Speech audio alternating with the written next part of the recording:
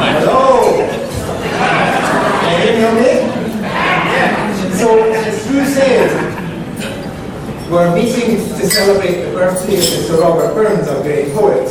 And there's a tradition of reciting one of his most well-known poems before we get to eat the haggis, the great Scottish dish, which I'm sure you're all looking forward to.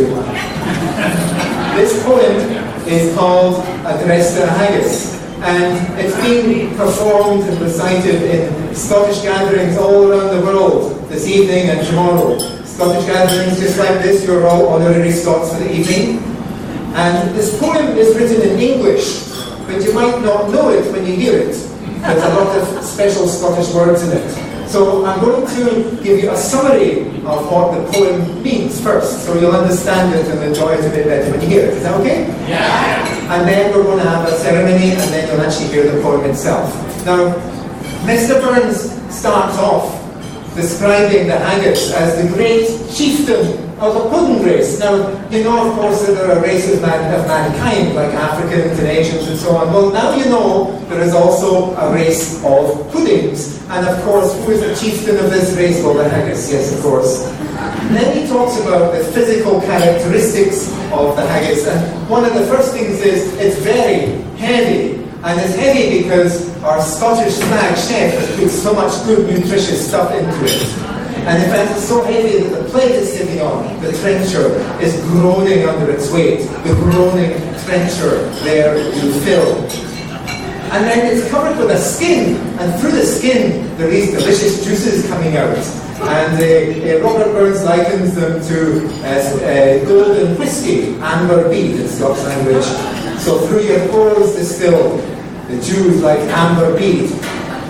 And then I'm going to be taking a knife and cutting it up. I'm going to be cutting a trench in it. And the good stuff is going to come out of it. Well, humorously, the poet likens it to the entrails of an animal, but it's not really. It's all good stuff, really. But I'm going to be saying that I'll be trenching your gushing entrails bright. This man had a way with words, as you can see. And then he considers a Scottish gathering like us who are tucking into the haggis. In fact, they're all competing for how fast they can eat it. Spoonful by spoonful, horn by horn, they stretch and strive. They're all lapping up the haggis. And of course, what happens then? They eat too much and they end up with their well-swelled bellies, wheel-swallowed kites, bent like drums. Then Mr. Burns considers lesser foods, foreign foods, non-Scottish foods, like the French ragout and the olio, you know, and things like the fricassee. And I'm afraid when he gets to the fricassee, he even says it will make a pig vomit with perfect disgust. So that's what he thinks about non-Scottish foods. And then he considers a man who lives on this foreign stuff, and well, he talks about his trash at this point, you know. He says, poor devil, see him over his trash. And this guy would be completely useless in a battle. For a start, he's got these thin spindle shanks, spindly legs, you know, and he couldn't even swim across a bloody river, you know, or a blood-stained battlefield.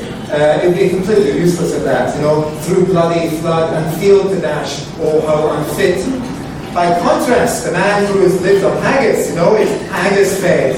Well, this is a different matter. Put a sword in his hand, clap in his body, need a blade.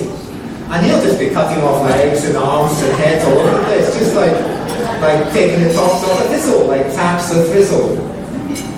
Finally, Mr. Burns addresses the great chieftain in the sky and informs him that Scotland doesn't want any of this watery fruit skinking ware that sloshes around in your bowl, that drops in luggies. What Scotland really wants, of course, well, there's no prizes for guessing that.